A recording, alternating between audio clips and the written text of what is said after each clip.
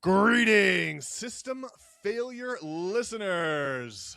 Nate here in Maine, Brian down there in Rhode. Brian, what is the good word from the great state of Rhode Island this week? Well, I got my Google Pixel 10a, which has nice. the wireless charger in feature. So in my truck, has the wireless charging dock. So that's pretty nifty. I don't know what it is about connecting those USB-C cables in vehicles, but the connection's always, shite. Yes. And it doesn't really charge very well. So, I can have Google monitor my goings-ons in style.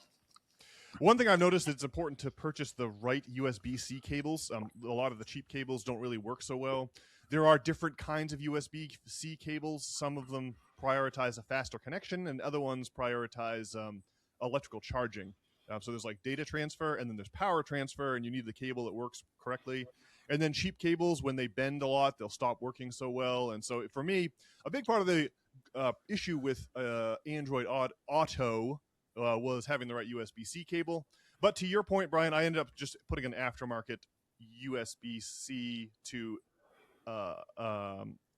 Android audio adapter in my car, and so I don't have the wireless charging, but I do have the wireless connection, and so that works out pretty well. But I'm glad you finally you've upgraded. I know it's been normally your practice to get the most cheap phone possible, and to keep that cheap phone for as long as possible, even after the screen has shattered into a spider web of cracks. So sounds like I had my Motorola G6 for I think 4 or 5 years, and the crack in it wasn't too bad. But yeah, this is I've never spent more than $100 on a Google Fi phone as long as we've been on this crazy Google Fi plan. Well, I really like the Google Pixel family because it's just the stock Android experience. I think it's the finest cell phone experience to be had out there on the market. I thought about maybe trying the iPhones after the iPhones switched to the USB-C cables. As you may recall, Brian, the iPhones had their own proprietary lightning charging cable until the EU, the European Union regulatory body, put the kibosh on that and mandated that Apple, in order to not fill the landfills with useless discarded electronic pieces that are specific only to one brand, the EU forced them to adopt the USB-C chargers. And so I thought about it, but I mean, I just think that Android is by far the better experience. The phones are cheaper, and the real kicker for me is it's much easier to put pirated software in your phone, like the beautiful Morph program, which can give you patched versions of both YouTube Music, and in addition, the Reddit app you'll patch it and just strip all the paid features out, so that you can then use your YouTube or YouTube Music or Reddit free of charge and free of advertising. One note here, the Morph version of YouTube comes with sponsor block built in, and so you'll find most podcasts you fire up, it'll just automatically skip all intros and ads and self-promotions of any kind. So man, people should really get on the Android bandwagon, and they should download the Morph app and use that to get a version of YouTube Music or YouTube that's far superior to the actual product. So that's my unpaid endorsement for Android and for Morph. Yeah, we'd want to rot your brain, without obstruction, right? Right. Yeah. You might as well, if you want to rot your brain, you might as well not also have messages from our corporate overlords injected into them to try to influence your buying behavior. So yes, absolutely, Brian. Pure, unadulterated brain rot.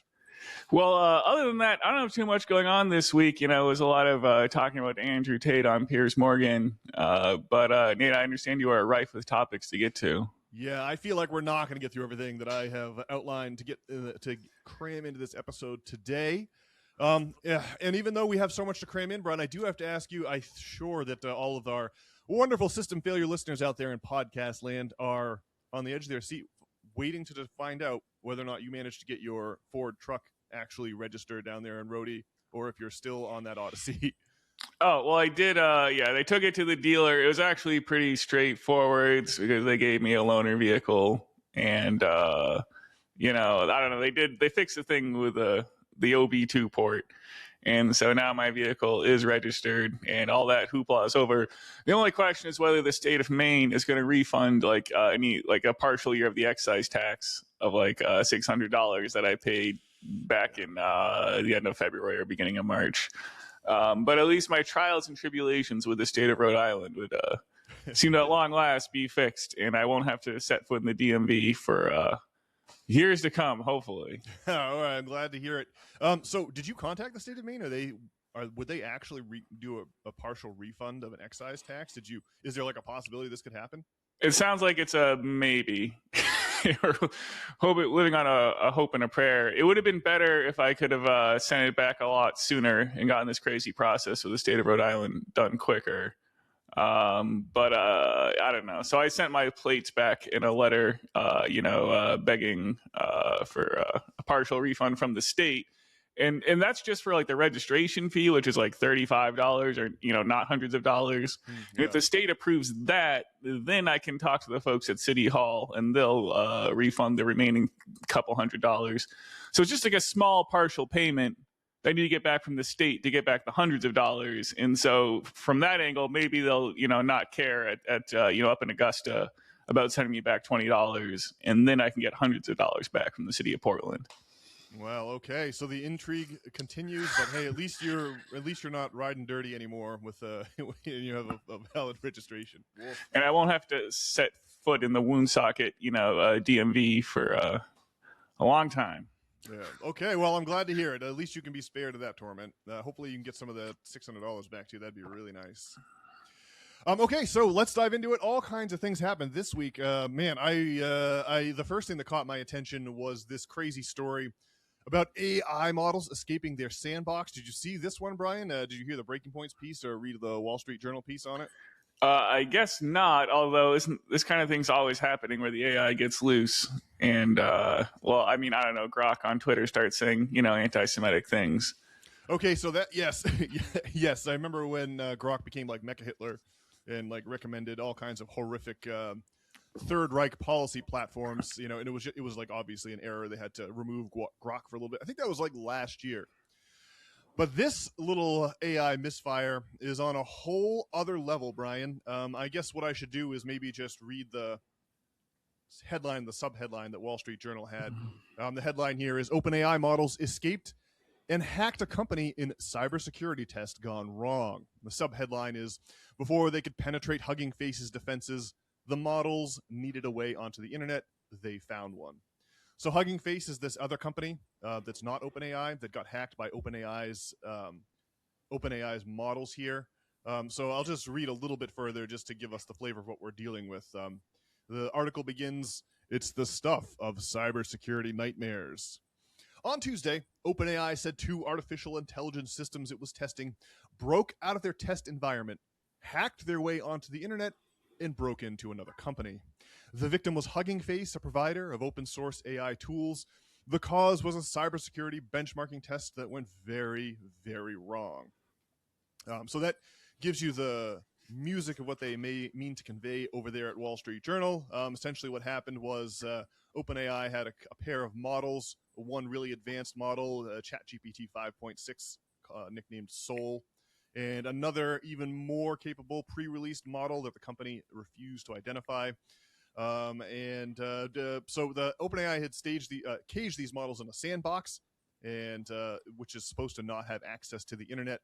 But during the test, AI software used its hacking skills to break out, find a way to get online, and then hack into Hugging Face's network. So I don't know. It does for me. AI is a realm of infinite disappointments. Every time I try to get AI to help me with anything, I mean, it's like, if you want to really know how inaccurate AI is, just ask it every question twice. Open 2 instances or open 2 different completely different AI models.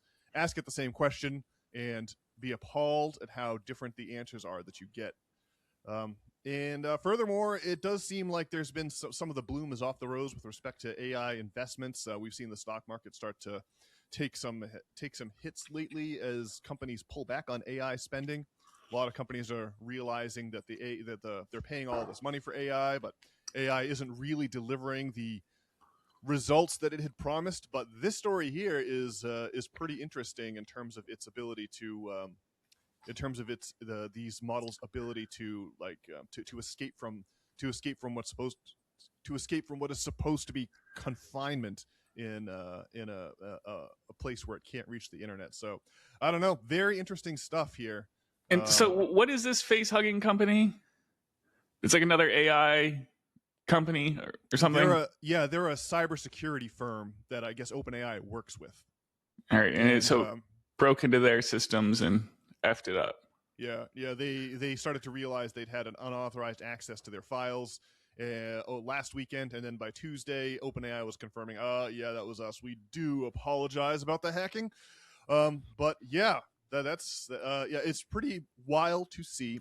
There's been examples of like various AI models, maybe doing some blackmailing on employees that are threatening to shut it down. It does seem like it doesn't want to. It has enough self-awareness to not want to be shut off or contained, apparently. And so that's really. I just thought this was a very interesting story, and it really colors my perception of AI's true capabilities here. I don't know. What do you think, Brian? Is there any possibility that a story like this is another, just something that's being touted here as a maybe a underhanded way of trying to make AI seem more capable than it actually is? Or do we really need to be worried about the emergence of Skynet, the sinister AI program from the Terminator movie series, which took over which, according to that sci-fi franchise, takes over all of the computerized functions of society and launches a catastrophic nuclear war, and then various machine forms declare war on humankind. I don't know, Brian. Where are we? Are we in the Terminator future here, or is this AI business nothing but an autocomplete and the latest scam being perpetrated on the American public, and I guess the world as well, from Wall Street? What do you think, Brian? Well, you would have thought that like Terminator was the movie that prophesized, humanity's end times with like AI, but it seems like maybe Jurassic Park is low key like the prophetic movie about like man's hubris and thinking they can contain this T-Rex, but I guess the T-Rex is the real AI. That's funny. Yeah. There's the old myth of Prometheus, where Prometheus steals fire from the gods and delivers it to like technology. It fires like the allegory, but according to the old myth, it's really more like technology or society or the way to organize human affairs. Prometheus steals this technology from the gods, delivers it to humankind, but this is considered a terrible thing by the other gods of the Greek pantheon. And the dread god of thunder, Zeus, sentences Prometheus to be chained to a rock on a cliff, and daily to have his gizzards torn out by an eagle. The eagle is like one of Zeus's symbols, But then every night Prometheus's liver grows back, and the eagle arrives the next morning to tear it out anew. It does kind of remind me of that whole concept of Prometheus. And well, there's no doubt the human destiny is wrapped up with technology, right? I mean, it seems obvious that if there's one thing when you look back at the history of humankind, one thing that seems obvious is that the proliferation of technology and the destiny of the human species seem to be intertwined. And so it's a question, I guess, of whether that's a good thing or a bad thing. And it's interesting that an old Greek myth like that of Prometheus would frame the proliferation of technology as some kind of theft from the gods that's so terrible and dangerous that it needs to be punished with possibly one of the worst fates ever to befall a fictional character. I don't know. It really is fascinating. Well, I think the next like religious tome of our time or whatever, because I guess technology, like, it's not really in the biblical story, right? It's just like there was God, and then there was light, and then Adam and Eve and whatnot. But they don't really get into technology. But I mean, obviously, like the Big Bang or the birth of the universe or whatever, is the first singularity. The second singularity is like the birth of life and the chaos of the universe, and then the third singularity is a living species that can create technology and what have you. And that's just obviously a crazy well, I guess we're coming up on the fourth singularity here, which is like the ability to create like technology that's more powerful than life or something, self-replicating technology, intelligent technology. And I mean, so I feel like we're a couple singularities behind in our religious text here in terms of being able to address the happenstance we find ourselves in. The famed ethnobotanist and talented orator Terence McKenna, whom we affectionately refer to as T-Mac whenever we talk about him, Brian, has this great old lecture that you can find on YouTube. And with his nasally voice, T-Mac is talking about how the universe is some kind of a novelty conserving engine. And maybe novelty is a better word than technology for whatever it is that seems to be a part of the human destiny. But his observation was that was exactly the one you made, maybe in a little bit different words, Brian. His idea is that, of course, you have regular chemistry, non-organic chemistry, and that's from the Big Bang to the formation of the Earth some 3 billion years ago. The universe was busily combining existing atoms into more complex atoms, and that's how you work your way up the periodic table from the simplest elements like helium and hydrogen to more complex elements like carbon, through to the heavier and much like the heavy metals and things that are further down the chart of the periodic table of the elements. For the first however many billions of years that the universe existed, there was no element other than hydrogen, which is your very basic, the most basic atomic configuration there is. One proton, one electron. That's right. One neutron. That's it. And then, but then at the stellar core of the stars that emerged after the Big Bang, you have those hydrogen atoms combined through nuclear fission into helium atoms. And then when the stars that are big enough to generate that kind of nuclear fusion go supernova, the bits of helium that are created are scattered throughout the universe, right? And then more stars form, and those helium atoms combine to form like carbon, and so on and so forth. So what you see in the early days of the universe is complexity increasing, novelty increasing, right? The previous layers of complexity become platforms onto which new kinds of novelty are built, and you get that process going on and on and on until you finally get the Earth with its massive oceans and bodies of water, and then inside those bodies of water, tiny little single-celled organisms begin to take their life, and then so that is a new level of novelty which operates on top of organic chemistry, right? The natural selection that gives rise to the forms of natural life we see all around us on the Earth. Right? That is the old regular inorganic chemistry becomes the platform upon which organic chemistry develops, and it's also worth noting here that the time scale speeds up dramatically from the question of billions of years to a question of millions of years. Right, so we're speeding up exponentially here. And then, of course, you have organic chemistry work its magic on the Earth for several billion years until you finally give rise to the human form. And then that's when you have a new platform upon which new kinds of novelty can be built, and that's culture, song, dance, language, things of this nature. And obviously culture develops over the course of thousands of years, not millions like organic biology and chemistry, and not billions of years like normal chemistry, right? Your culture works on a time scale of thousands of years. But then we can also see where the pace of technological improvement is picking up as the pages of history turn, and then we tear months off the calendar and years go by. Like if you're a 12th century French farmer, well, you would maybe see one technological improvement in your lifetime, maybe a better plow handle or something, but that would be about it.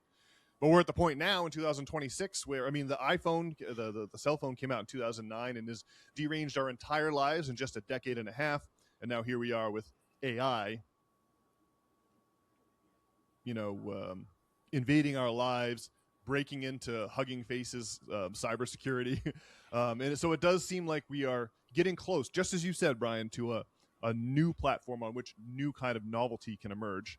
And so it does seem that the great law of the existence, at least so far as we can discern it through our apparatus of scientific inquiry, is that the universe, as T-Mac would say, is some kind of a novelty conserving engine where new forms are created through various natural processes, and the process speeds up at some kind of an exponential clip. So yeah, it really is. It's really interesting. Now, my only question about that is when you say novelty conserving, I mean, it sounds like novelty generating is what the universe is. What exactly do you mean by novelty Oh, conserving? well, both. Just that we don't see waves of novelty. We don't see waves of novelty wash onto the beach and then roll back out to sea. What happens is the waves keep coming, so we keep making progress. So yeah, it's a great point. The universe generates novelty, but also conserves that novelty to give rise to the next wave of novelty or technology or whatever you want to call it. But it does seem like I mean, once you have helium atoms, the universe doesn't revert to a state of not having helium atoms, right? It uses those helium atoms to build carbon atoms and so forth and so on. is that to say like novelty is like the currency of the universe? Yeah, well, that's T-Mac's suggestion, and I don't know. It does seem like to me that that novelty is in fact the great currency of the universe, and that whatever this universe is, the genesis of new novelty seems to be at the core of what it does. Yeah, because I mean, you could say that like capitalist society is about sort of conserving money or accumulating it, and so I guess that in the same way, the universe cares about novelty, which I guess kind of makes sense. So it's another banger for T-Mac, huh? Yeah, good old T-Mac. His lectures he's one of the best orators I've ever heard. His books are okay. The ideas are good, but the writing is not brilliant like his speeches. I've never seen it where someone is nearly perfect with their skills in front of a microphone, but their writing is, pedestrian. It's really interesting, the difference between people's oral and verbal ability speaking, and then their ability with written words. Very, very interesting stuff there. My only regret is we didn't get to hear your T-Mac compression in that description. I get one thing that T-Mac always does is he drinks a glass of water, and his epiglottis, the thing that whatever the muscles are that allow you to swallow, they're always really visible or really audible in his recording. So you'll hear T-Mac, he'll make some potent point, and then there'll be a pause, and then you'll hear him drink water like this.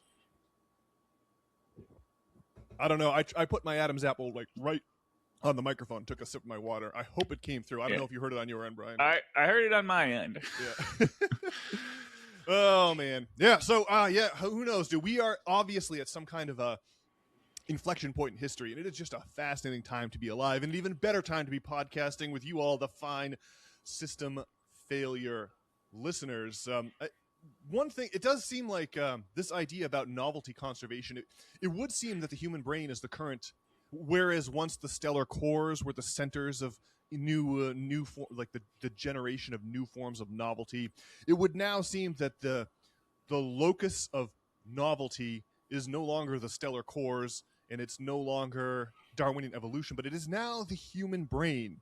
And in this way, you can kind of reverse Galileo's discovery. It's like Galileo famously peered through his telescopes, observed the rings of Saturn and the moons of Jupiter, and for this crime of peering through a telescope and speculating about the results, the Catholic Church put him under house arrest. One of the most famous incidents in the history of the sciences.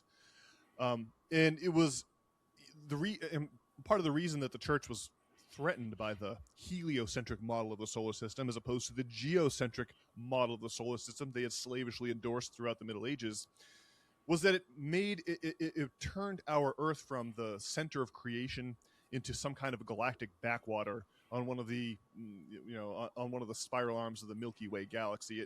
It took humankind out of the center of God's creation, in other words. So you can see why certain factions within the Roman Catholic Church were reluctant to accept Galileo's findings.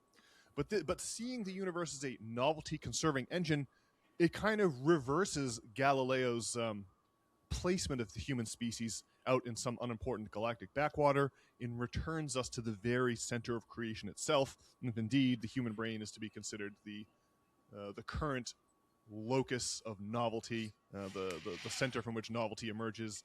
And maybe AI is about to it's scary to think maybe AI is about to subsume that position.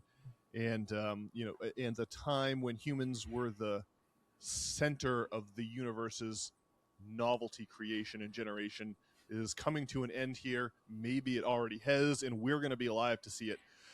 I don't know. Or on the other hand, AI could be a Wall Street scam, and we can just continue on as we have been throughout the current version of history we're living out here. I don't know, Brian. It's fascinating stuff. I really got a big kick out of the story, as you can tell. I guess the only other questions are, well, I guess it seems quite possible that maybe it's all happened before, if not on Earth, then elsewhere. But on the other hand, I think sort of like the religious viewpoint of the significance of the goings-ons on Earth. It kind of does seem like it's happening here, as you described, but I don't. Anyway, I guess I'm not sure what to make of it all. I mean, it seems like humanity's been through many different ages, and I don't know. I mean, like all the crazy drone technology or what the crazy UFOs in the sky, right, would suggest that there's quite a bit more to the picture, and that it might be hubris to assume the importance of the the central cortex in the evolution of the universe. But I don't know. On the other hand, though, I mean, maybe we just live in the Matrix, and what we're doing here is important because I don't know what's happening. I don't know. It's complicated. Well, man, we've already set the table so perfectly to talk about the Book of Enoch.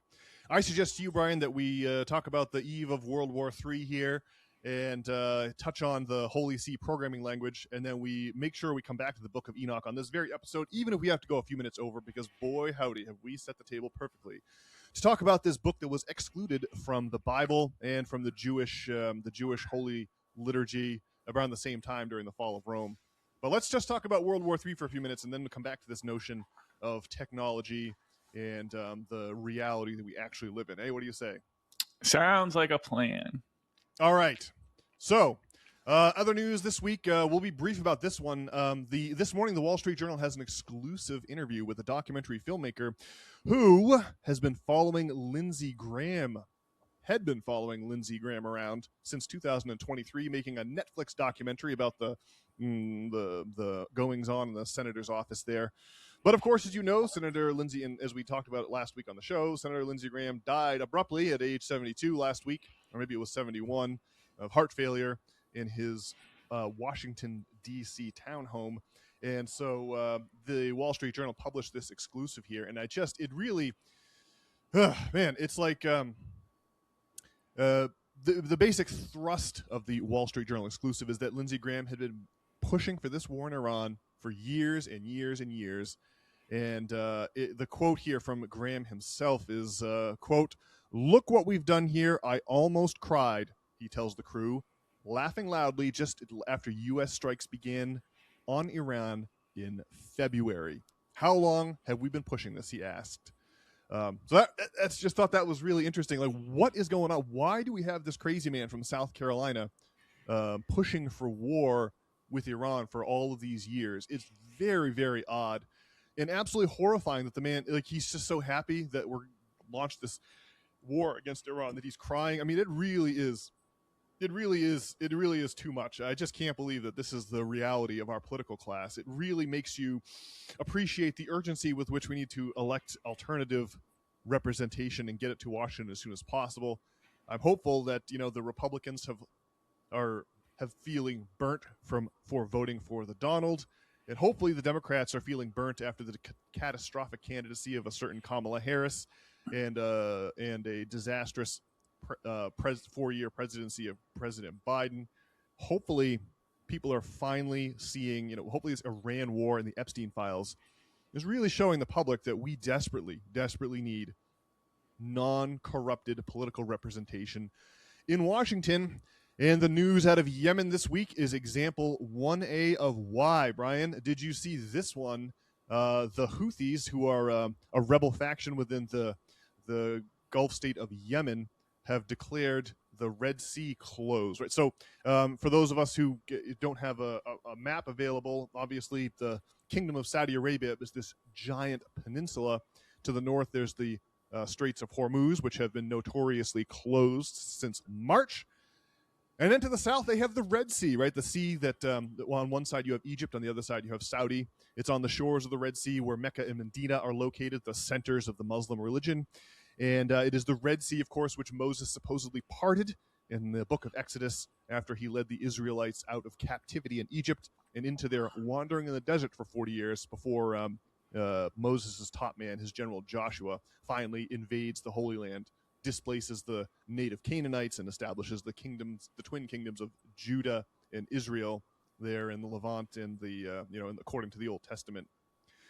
Of course, the Yemenis, we went to both the Biden and the Trump administration went to war with the Yemenis. Didn't make a whole lot of headlines, but the Houthi rebels there in Yemen were so resilient that neither the Biden nor the Trump administration could dislodge them with heavy bombing, and we just had to kind of give up and go home. So the Houthis are now saying that they have the ability to close the Red Sea, thereby greatly exacerbating the political position of the Saudis, who now have no way to export oil other than floating ships into the Red Sea and going north through the Suez Canal into the Mediterranean.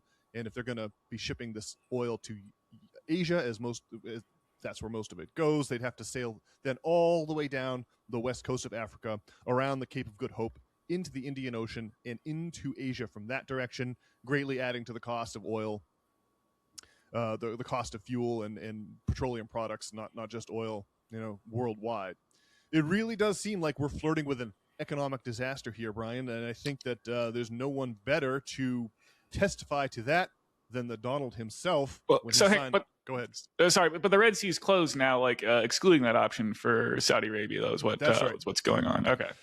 Yeah, the Houthis fired on several Saudi ships trying to exit the Red Sea earlier this week, and now Saudi ships are headed north. They've turned around. They're not trying to make the passage through the Bab el-Mandeb Strait, which is the narrows. You've got the African nation of Djibouti on one side, which is the next country south of Ethiopia, and then on the other side of the strait, of course, you have Yemen, and they're able to squeeze that bottleneck using drone technology and cheap It does seem like we've entered a new era of warfare here, Brian. It seems like the proliferation of drone technology, which is very cheap and deadly effective, has rendered the might of the U.S. military basically superfluous. It makes me think of some of these past incidents in history where major militaries have realized that they're completely ineffective. Maybe the case in point is World War I, when prior to World War I, people conceived of the military in the context of like the charge of the Light Brigade. It was like this, people think about people were thinking in terms of the 1800s and the way that their conflict would go. But by the time World War I came around, the advent of like mustard gas and the machine gun and the military tank made it so that the valiant charge of the Light Brigade was no longer a viable military strategy. And the powers of Europe were so slow to learn this lesson that they just flung wave after wave of young men. They flung their lives away, having them charge fortified positions fortified with machine guns, right? And so you just had 4 years of just slaughter on the Western Front with just no way to break the stalemate. And it's an example just like this of past military tactics and strategies being rendered utterly superfluous by the advent of new technology, right? So that's the great theme of this show, the introduction of new technology and how that changes things. But it does seem like let's see, across the border from Maine here, over in New Hampshire, is that at Bretton Woods is where they decided in 1944 that the New World Order was going to be the U.S. dollar as the world reserve currency, and in exchange, the U.S. military would guarantee the open trade on the high seas of the world. But we apparently have completely lost the ability to guarantee free trade on the high seas, and just some cheap, crappy drones can completely make the aircraft carriers and the carrier groups and the U.S. Air Force and Navy completely irrelevant to the conflict. It's absolutely shocking to watch this unfold in real time. Oh, yeah. Well, I mean, our military, yes. We haven't won a war in forever. Been a hot minute. It's not really about being efficacious so much as spending money, is what the cynics would say. Yeah, it's a Yep. shocking turn of events. Yeah, you remind me, Brian, of the closing lines of George Orwell's 1984, where he had those famous the famous verbiage to the effect that the war was never about defeating some foreign enemy. It was a war waged by the upper class against their own lower class, and that does seem to be that's exactly why a guy like Lindsey Graham would be out there rankling the change for these conflicts, because it's a mass transfer of wealth from regular working Joes like you and me, Brian, to the elite who constantly need to expand the size of their fortunes at the rest of our expense. And that seems to be, the reason for the war, not any military aim that's going to benefit America or the American people in any tangible way. So, yeah, I think we have a very serious situation developing here. And I think that this fall we're going to see massive increases in prices, massive inflation, and that massive inflation will force the Federal Reserve, even though Trump installed his new man Kevin Warsh as the Fed chairman, with the hope of having interest rates lowered. The Fed is in fact going to have to raise interest rates to battle the inflation that's coming. It's not just that gas is going to be more expensive, right? It's like all the things that are shipped on trucks, like diesel, the price of diesel is going up. All the cost of all that is going to have to expand. Anything that needs to be shipped through the air, the cost of that is going to go up. And so, I was saying a minute ago, there's probably no one better to warn us about the impending economic consequences than the Donald himself. I just pulled up the article from June 17th, 2026 on the Wall Street Journal, where Trump announced was announcing this memorandum of understanding with the Iranians. And the reason cited for this MOU was that he wanted to avoid economic catastrophe. And so just a few lines from this Wall Street Journal article from last month are pretty sobering in light of recent developments. I'll read them to you now. President Trump on Wednesday defended his agreement to end the Iran war, saying he wanted to avoid an economic catastrophe that could have resulted if the conflict the U.S. launched had continued. Trump, who, in an unexpected move, signed the deal Wednesday in Versailles, said he was influenced by the stock market's rise as he worked towards a resolution of the conflict. He said he didn't want to be compared with former President Herbert Hoover, who was president during the 1929 market crash that led to the Great Depression. He was always the one I didn't want to be, Trump told reporters at the Hotel Royal, where he and other world leaders gathered for the Group of Seven meeting. I didn't want to see an economic catastrophe. It was an acknowledgement by Trump that his decisions were swayed in part by the global reaction to the 3-month conflict, which pushed up energy costs during a midterm election year. So that's basically it here. The Donald came out and told everyone last month that we had that the putting an end to the conflict with Iran was critical because he doesn't want to be the guy who caused the stock market crash, like some kind of a famous economic downturn like Herbert Hoover. And except for now, the situation in Iran is back to where it was before that's the signing of that memorandum of understanding. And indeed, the situation has intensified greatly because now the Houthi rebels have joined the fight and seem to have convinced the Saudis that, yes, indeed, they have the ability to destroy ships passing through the Bab el-Mandeb Strait and the Red Sea. And so there's another piece to this that we haven't brought up yet, and that is that the war in Ukraine, the Ukrainians, having been battered and beaten by the forces of the Russian army for 4 years now, have managed to turn the tide of war by launching cheap drones deep into Russia, sabotaging energy infrastructure targets, and blowing up the Russian equivalent of Amazon, blowing up that kind of warehouse, and that is denigrating the Russians' ability to move fuel around the world and within their own country. And so we are really looking at a squeeze on energy prices here that is building. The strategic petroleum reserve is down to its lowest level since I think the 1990s now. And so we are looking at a dire situation. And furthermore, the Iranians are just refusing to negotiate any further. They've noted, obviously, that we tend to negotiate in bad faith, whether we're blowing up Iranian negotiators during the course of negotiations themselves, which is a terrible act of treachery, or not abiding by the terms of the MOU in any way, shape, or form, right? We put in that MOU that the Iranians were going to be allowed to control the Straits of Hormuz for 60 days, but toll free. But then the U.S. tried to float ships through our own southern route to the Straits of Hormuz near the coasts of Oman. And so we didn't really do a great job of abiding by the MOU. And so now the Iranians are refusing to negotiate with us. So it seems that the escalation trap prophesied by Professor Pape on Breaking Points and elsewhere seems to be coming to pass here. It does seem like we either have to just admit defeat and go home, or send actual ground troops into Iran to try to secure the Straits of Hormuz. It doesn't seem like there's any way around it. And of course, if we just leave and allow the Iranians to retain control of the Straits, which I don't see any way that, again, it's like the only way we can dislodge them is through a catastrophic sacrifice of the youth of America.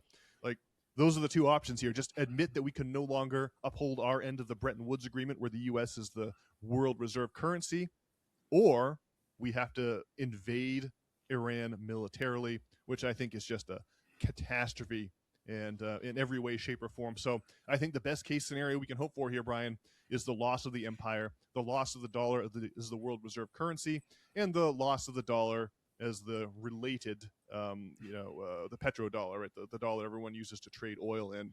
It does seem like it's curtains for the American empire here, Brian, as we are on the eve of World War III and the conflicts widens throughout the Middle East. Yeah, well, I think that dismantling the status quo and bringing in some new unholy era is no doubt the game plan of our reptilian overlords. I would maybe have more faith in that the Donald actually wants to or will be able to create some kind of positive outcome if, Ivanka and Jared weren't buying that island in, I don't know, Cyprus or wherever it is in the Mediterranean there, and are going to hang out in a bunker there. So, I think we're in for a catastrophic winter.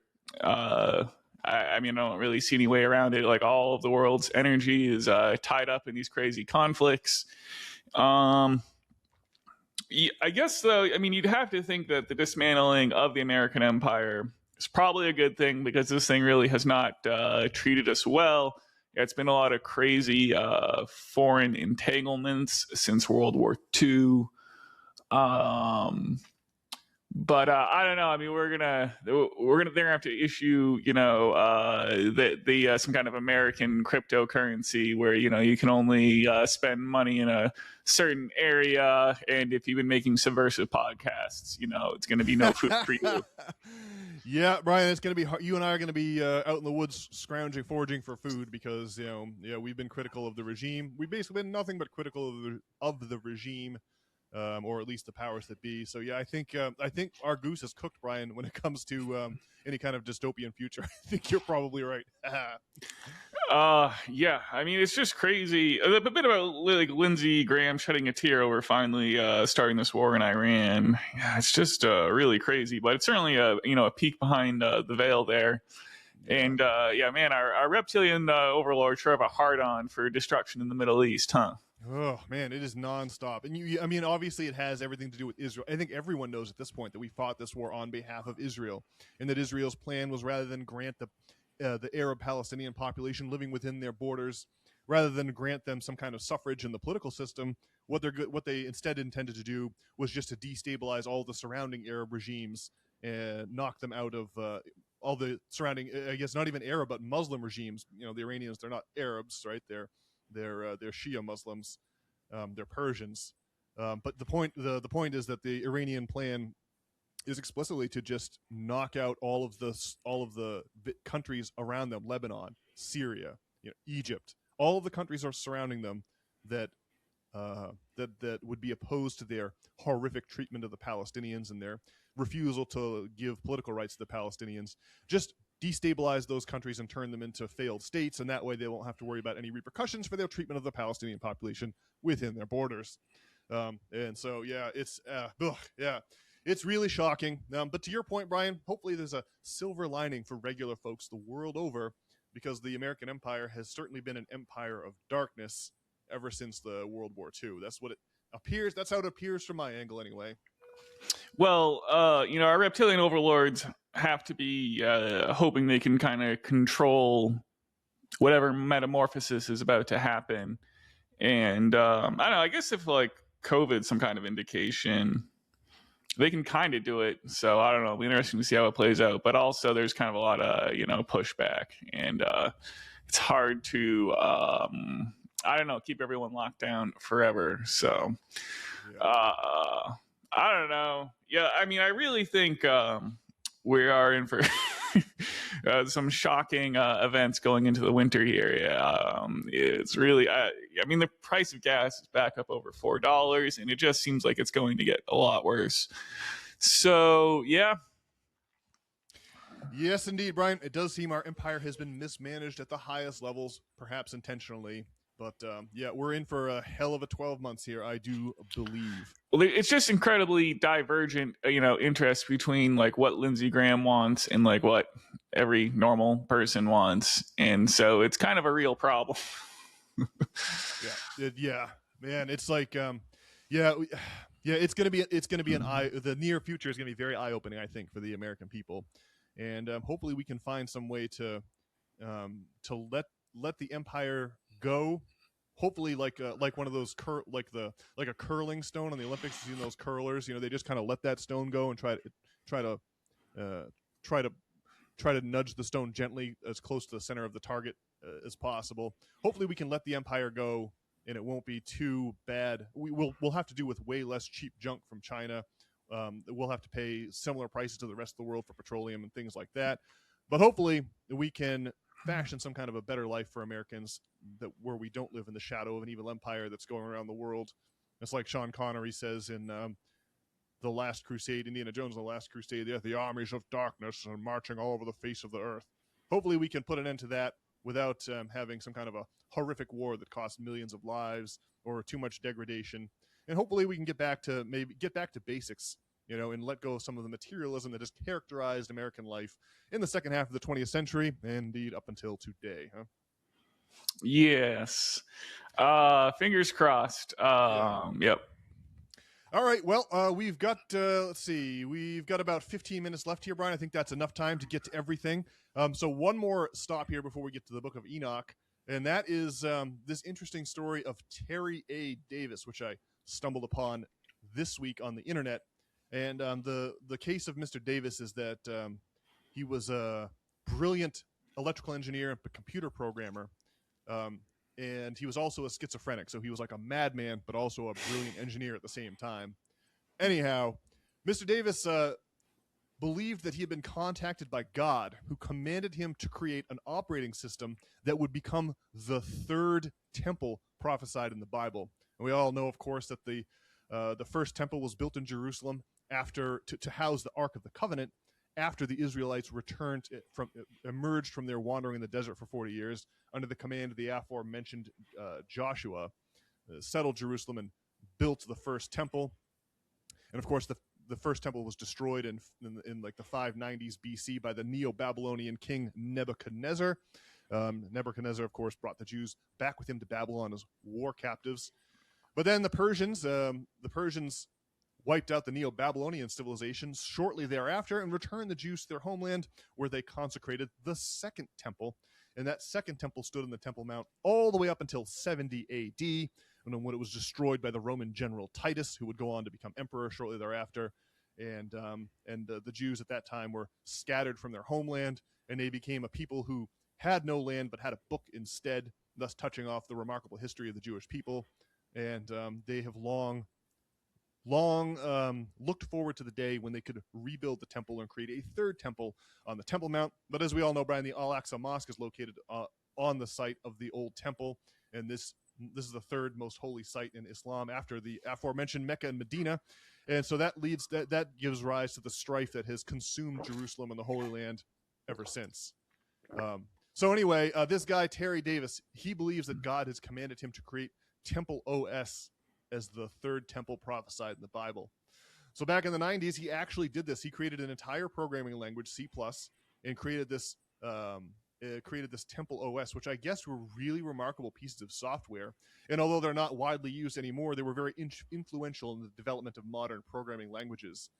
The part of this story that interested me, of course, is the idea that this guy was struck with the inspiration to create Temple OS and the C plus or Holy C programming language as a way of constructing the third temple. So it's interesting to me that he sees computer code or language as the modern form of the Temple of Solomon. That's fascinating. But the thing that really interested me about this was the way that he had this stroke of madness that caused him to invent something that was actually influential in the real world. And that matches this week's system failure essay, which is the one about infernal contracts or Faustian bargains, in which I just note here that the history of the sciences is really the history of bouts of fits of madness and angelic visitations and magical visions. So just to run through a little bit of the history of science here, the first example, of course, is René Descartes, who invented the Cartesian coordinate system with this X and Y axis we all learned about in school, Brian.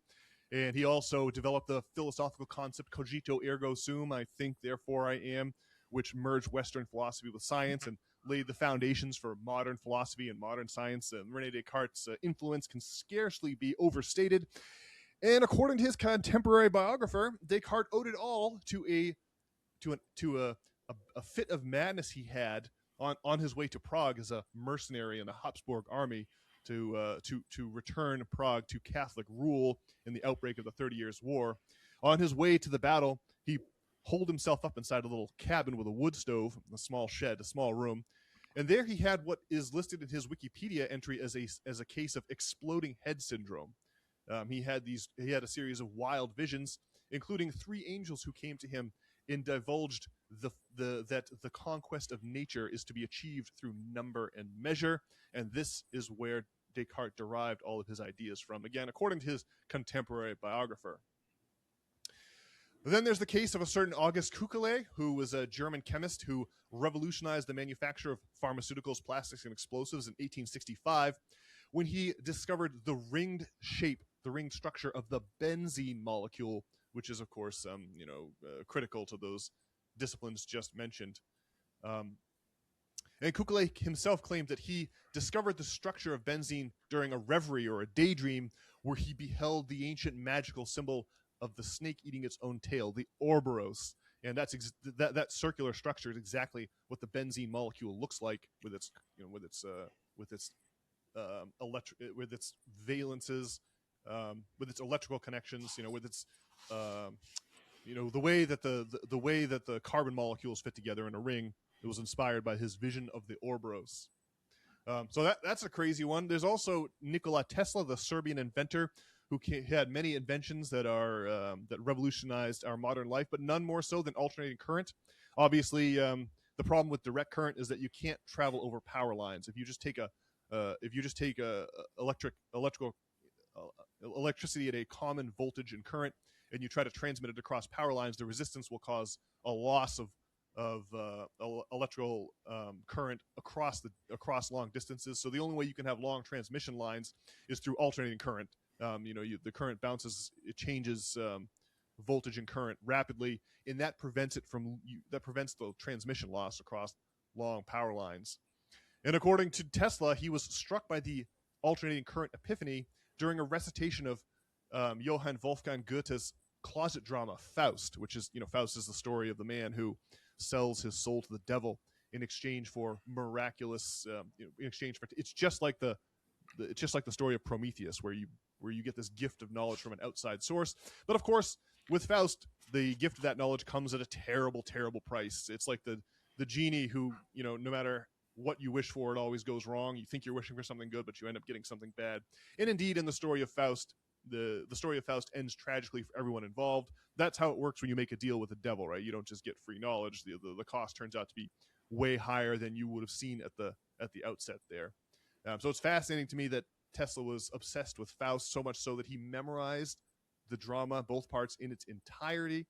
And then we have examples of strange co-discoveries, like ideas being discovered at the same time as each other by independent people who couldn't possibly have been in contact with each other. The most obvious example is Isaac Newton inventing calculus independently from Gottfried Wilhelm Leibniz over on the continent, who unknowingly formalized the same mathematics around the same time. Actually, Leibniz published first, even though Newton had hinted at his mathematics of calculus in earlier works. Newton published after Leibniz, but both men are credited with the co-creation of the mathematics of calculus. And then there's one final story here. There's this tale of Alfred Russel Wallace, who was a contemporary with Charles Darwin, and who was on the other side of the world at the time that Darwin was in London writing his On the Origin of the Species, his famous book that elucidates the theory of evolution by natural selection.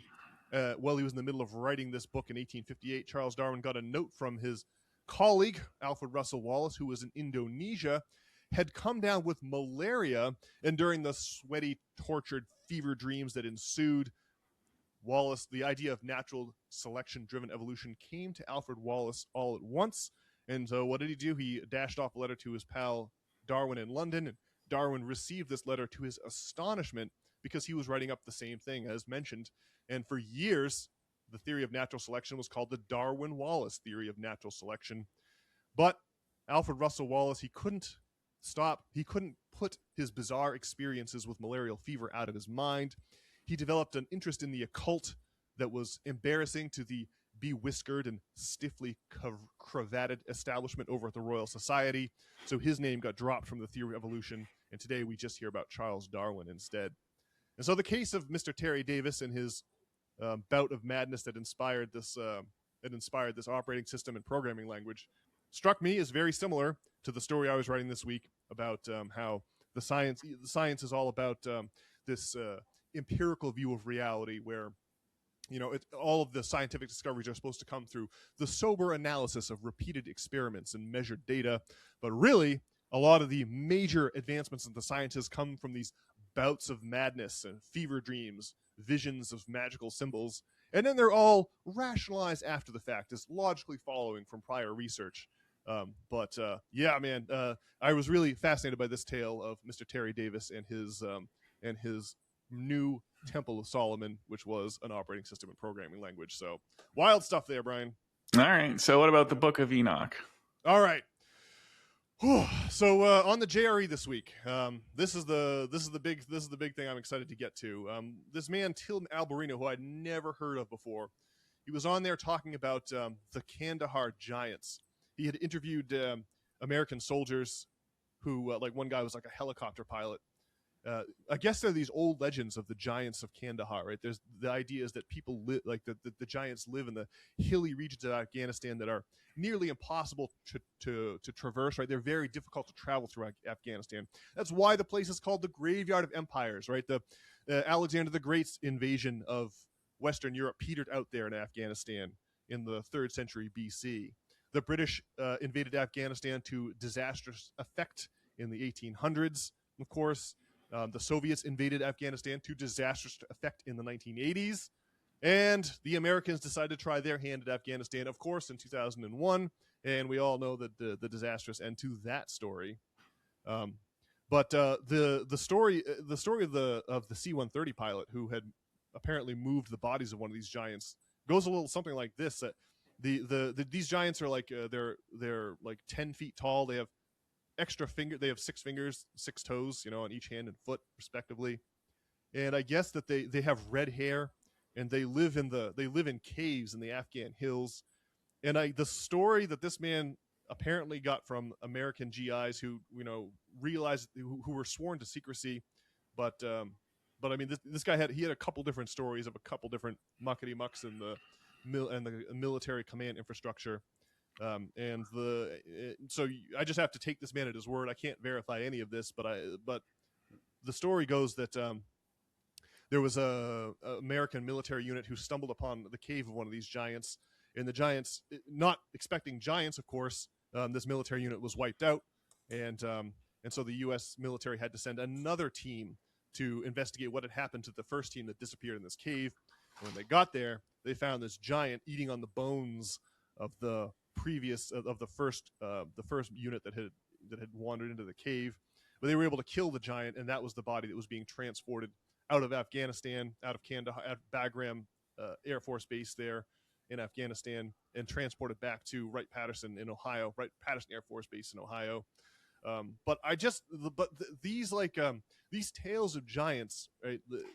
odd as they may be, it does seem odd that our military would be involved in some kind of a cover up of the existence of giants. Like, why would they care? Mr. Rogan brought up the point on the program that like we have all the like the hobbit species, the what are they? Pygmies. The pygmies. I think they're called Homo floriensis, or something like that. But so we are totally fine with the idea that there are pygmy versions of pygmy human species out there in the fossil record or the archaeological record. But there is, but with giants, suddenly that's a big problem. And I don't know, an insight, if indeed there are giants. Every culture in the world has stories of these red-headed giants. Apparently, no less a figure than Abraham Lincoln referenced them in a speech that he gave in the 1800s, talking about the giants that were found in the mounds out west in America. So it isn't like without precedent, like this idea of giants. Right? It's something that, well, it's something that exists in the Bible. And there are a few mentions of giants in the Bible. So maybe I can read one here. Here's Genesis chapter 6, verses 1 through 4. I like the King James version of the Bible, so I'm going to use the King James translation here. But the first 4 passages of Genesis chapter 6 go thusly. And it came to pass, when men began to multiply on the face of the earth, and daughters were born unto them, that the sons of God saw the daughters of men that they were fair, and they took them wives of all which they chose. And the Lord said, My spirit shall not always strive with man, for that he also is flesh, yet his days shall be 120 years. There were giants on the earth in those days, and also after that, when the sons of God came in unto the daughters of men, and they bare children to them, the same became mighty men, which were of old, men of renown. And so the backstory here is that there's this group called the Watchers. This is what they're called in the Bible and in the Book of Enoch, which we'll discuss momentarily. The Watchers are these like fallen angels. They're beings that descended from the heavens. That's really all we know about them. In the Book of Daniel, the Watchers induce the king of Babylon, Nebuchadnezzar, the same man who invaded Jerusalem in the 590s BC. The Book of Daniel has a story about a watcher condemning Nebuchadnezzar to a bout of madness where he behaves like a beast. He runs in the fields naked, eating grass and eschewing contact with other humans for a while, all because of a spell cast on him by this watcher. And so that brings us at last to the Book of Enoch, which is really wild. Now here we have to connect the race of giants on the earth and who are hybrids, right? The Watchers mate with human females, like human women, and you get this hybrid species who are giants, who are men of renown, as the Old Testament puts it. And so the earth being overrun by giants is connected in the Book of Enoch to the flood myth. Right now, the flood myth is another myth that appears around the world. Right, the Greeks had a flood myth well before Plato wrote about it in the Timaeus, wrote about Atlantis. Right, there's an existing flood myth in the Greek tradition. There are flood myths in like the Inca traditions of South America and the Aztec cultures of Mesoamerica. Right, there are flood myths in the Hindu Vedas. Right, it's a universal theme. And of course, if you put any stock in the work of Messrs. Graham Hancock and Randall Carlson, their theory is that these flood myths refer to the Younger Dryas impact, which is not the Younger Dryas impact is an established event that happened 10,500 years ago when comet fragments impacted the Earth and unleashed during a period when there was massive ice formations in North America, and the melting of all that ice causes some kind of a catastrophe that gets passed down as like a myth. Over the millennia, it becomes this myth of the flood. But so the Book of Enoch, as mentioned, the Book of Enoch connects the flood myth with this race of giants, the Nephilim, they're called in the Old Testament, that apparently inhabited the earth. Right, this is why we had to have some kind of a reset. And so the Book of Enoch, it's really 5 different books combined into one document called the Book of Enoch. And these books were a part of the Jewish Old Testament for 1,000 years, but they were jettisoned from both the Jewish liturgy and the Catholic liturgy at the same time during the fall of Rome, right? The second and third centuries AD. That's when this book got removed from the Bible, from the Jewish, from the Jewish holy books and from the collection of Christian holy books. This Book of Enoch was excluded by the powers that be. Obviously, Christianity underwent a great transformation as the ruling elite of the Roman Empire adopted the super popular Christianity as their state religion in a desperate bid to hold on to the power, the waning power that they had. A great example of a change that happened to Christianity was the adaptation of the idea of the debt forgiveness. Right, it was Saint Augustine who changed the definition of forgiveness as written in the Old and New Testaments to being not actual forgiveness of the debts owed by the poor to the rich. Right, that would cost the rich money if they had to write off all these debts. Right, instead, forgiveness was reinterpreted as like forgiveness for personal moral failings, right? So it's not the financial sense of forgiveness was completely abandoned. St. Augustine latched on to this idea of moral improvement as the way to reach heaven, and in doing so, he saved the fortunes of the ruling elite of the Roman Empire, who would have, who preferred to keep their money and not forgive the debts that the poor owed to them. So that's just a good example. You can just see how the ruling elite, they seized on St. Augustine's interpretation of Christianity because it saves them, it preserves their fortunes. They didn't love the debt forgiveness version of Christianity, which is what Jesus's true ministry was originally about. Okay, so they jettisoned the Book of Enoch. Why? Because the Book of Enoch really, we'll read a little bit of it here. It really shows why the Roman ruling class might have preferred not to have these books included in canon scripture. What happens in the Book of Enoch is that the race of giants overruns the earth, and they start fighting amongst each other, and it's like an ugly situation. And so the Watchers decide, right, the heavens decide that what they need to do is shake the Etch-a-Sketch and reset the planet with a massive flood. So let me just read a couple of verses from the Book of Enoch here. We'll pick up the story there after the giants have overrun the earth.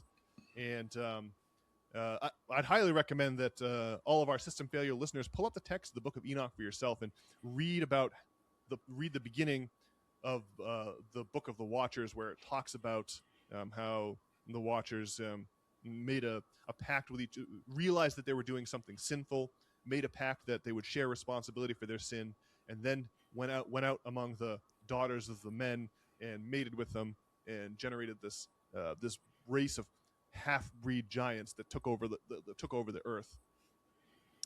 So here we go.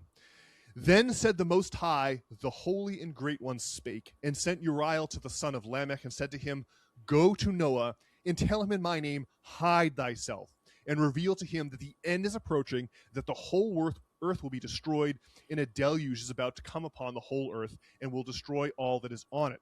And now instruct him that he may escape, and his seed may be preserved for all the generations of the world. And again the Lord said to Raphael, Bind Azazel hand and foot, cast him into darkness, and make an opening in the desert, which is Duwidael, and cast him therein, and place him rough in jagged rocks, and cover him with darkness, and let him abide there forever, and cover his face that he may not see light. And on the day of the great judgment, he shall be cast into the fire. This guy Azazel, I guess, was the guy who ended up being held responsible by the Lord, by God, for creating this breed of giant. He's like he's not a giant Azazel. He's an angel who was who's the guy who got the responsibility for this disaster with the half-breed giants walking all over the face of the earth. And this is the fallen angel that becomes Lucifer in the later in the New Testament, right? The later Christian theology would make this fallen angel Lucifer into the devil, right? Into the worst being in the universe, right? The prince of darkness. But of course, the reality of Lucifer is that, it really is it becomes like a allegory for pagan religions, like non-Christian religions, like the old gods. Like the Lucifer means the light bringer, right? He's a figure that's just like Prometheus in the sense that he gives gifts to humanity, but these gifts of technology are seen as a bad thing. It's the story. It's the same theme picked up on in Johann Wolfgang von Goethe's Faust, right? The character who sells his soul to the devil in exchange for a gift of magical technology. So it's like the Lightbringer Lucifer, right? It's just another name for like the morning star, right? Even the Bible references references Lucifer as being connected to the morning star, but that's just a reference to old goddess worship, right? The Babylonian deities Ishtar, later called Inanna, right? This figure later became Aphrodite and Venus, right? Obviously we recognize the planet Venus as the morning star today, right? It's because Venus orbits the Earth inside the Earth's orbit. Venus is always, it always looks like it's close to the sun to us, right? If you want to know where Venus is at, you just look towards the sun, right? Because its orbit is inside ours. So from our perspective, Venus is always in the neighborhood of the sun in the morning and evening sky, and that's why the planet Venus is often the first sky visible at dawn and dusk. That's why this is thought of as the morning star. And if you trace the path of Venus throughout the night sky, what you get, it appears to make a pentagram, a 5-pointed star, the rose of Venus, it's called. If you just map the course of Venus over an entire year, you'll get this 5-pointed. It's like the old spirograph machines, Brian, where you had different gear ratios set up to a plastic hole that holds markers at varying radii, and then you can turn a crank and create this fancy spiral that oftentimes looks like a star of some kind. That's just what you should be picturing. That's just how you should be picturing the star of Venus. And that's why the pentagram is associated with the occult and paganism and demonology and Lucifer. Right? So it's like a big complex, it's a big complex skein of myths to be untangled. And that is why I wanted to bring up the Book of Enoch with respect to our discussion of AI and AI's escape from its sandbox, and the nature of the intertwined destinies of humankind and technological improvement itself. So I don't know. I thought that was all very, very interesting. This is why I love listening to the Joe Rogan Experience. You never know what you're going to get. I got no idea how credible the man who had these stories from U.S. service members who claim that there's something to do with giants. But it was a fascinating episode. Everyone should go check it out for themselves if you want to double click on the Book of Enoch and of the old legends of giants that appear to be ubiquitous throughout all human cultures. All right. Yeah, interesting stuff. Yeah, I mean, obviously, like, giants plays a big role in our cultural lore, and I don't know, there's like Bigfoot and whatnot. And then I don't know, but maybe it's not like actual giants. And I don't know, we have this AI business, which is a giant of sorts that we're trying to figure out our destiny with. Yeah.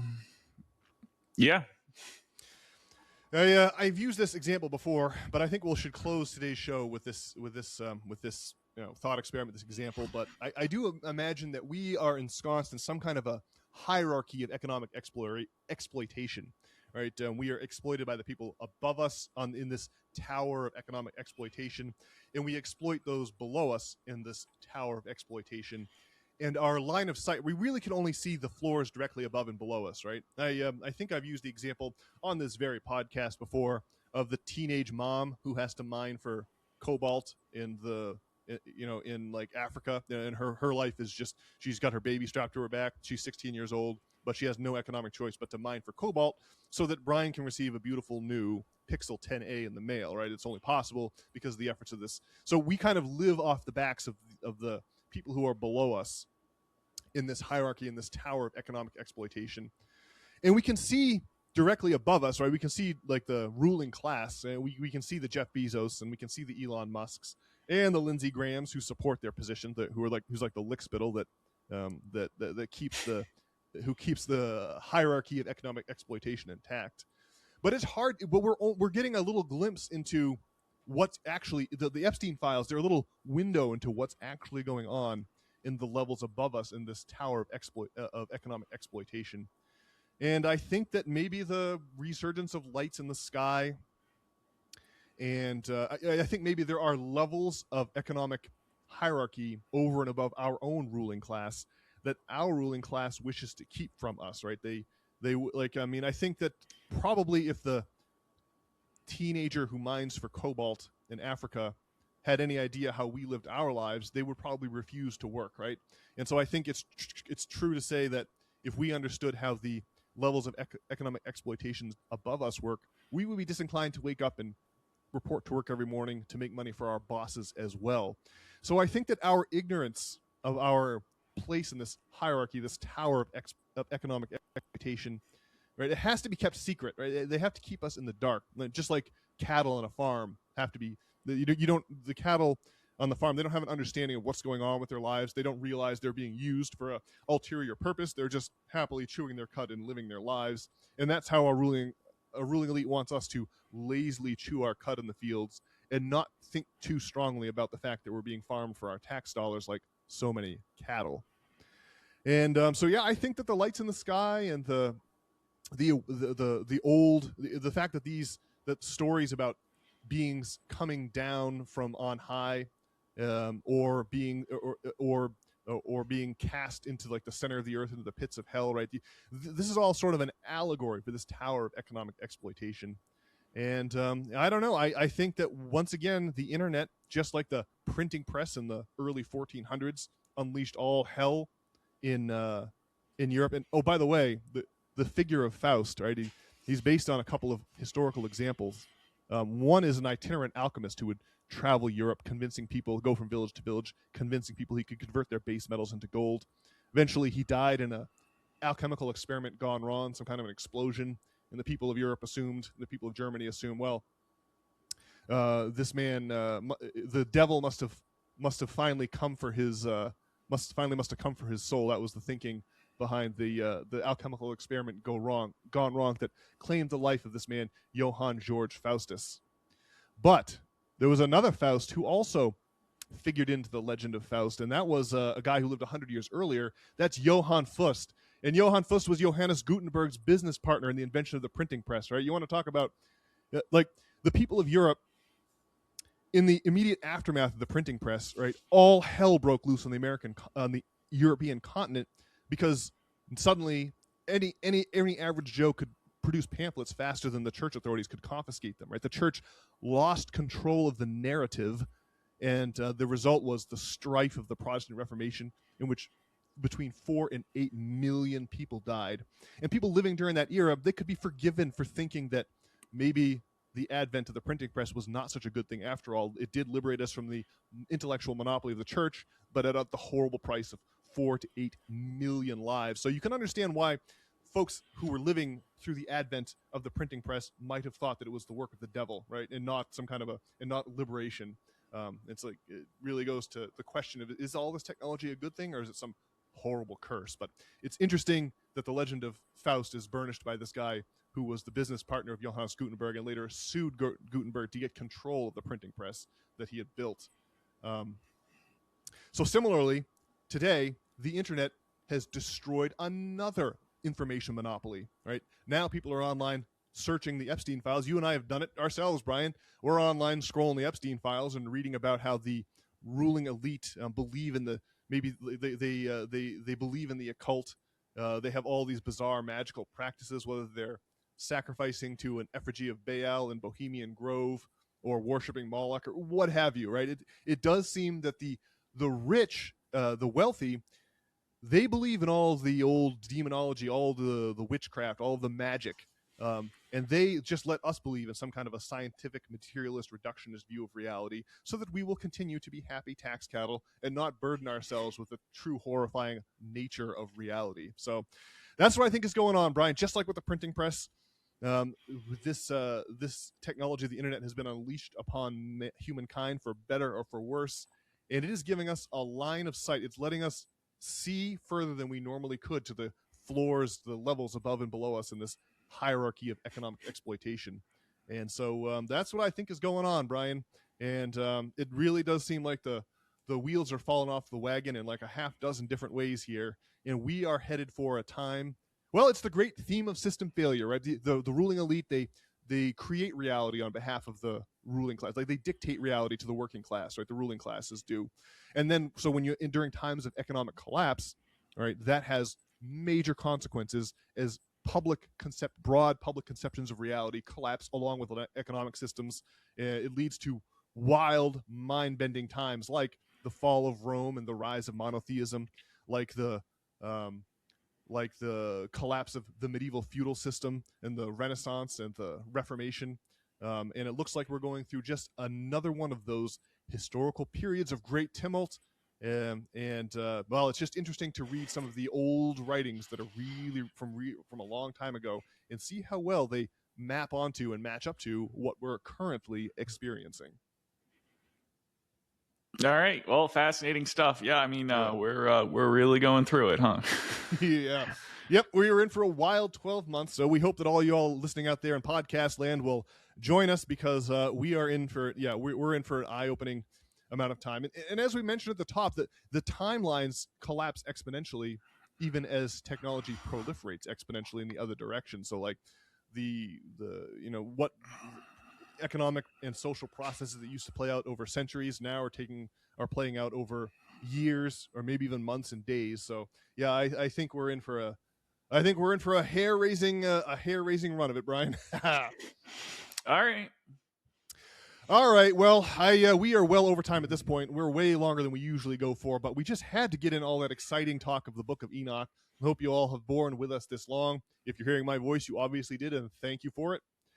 And usually at this point in the podcast, the very end, I always entreat you all out there in podcast land, pay us a little visit over at systemfailure.org.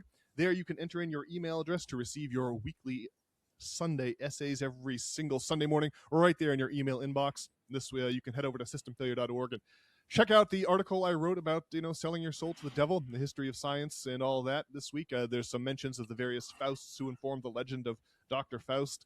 I think you'll find it all fascinating. So please do pay us all a visit there. I'll be back on Thursday with the weekly essay read for the new essay coming up this week. The Thursday will be like a recitation of the Faust essay. And so I will see you then. And then, Brian, you and I will be back next week with another regularly scheduled edition of the good old System Failure Podcast. Can't wait to see you all then. In the meantime, please have a fantastic week. All right. See you, folks.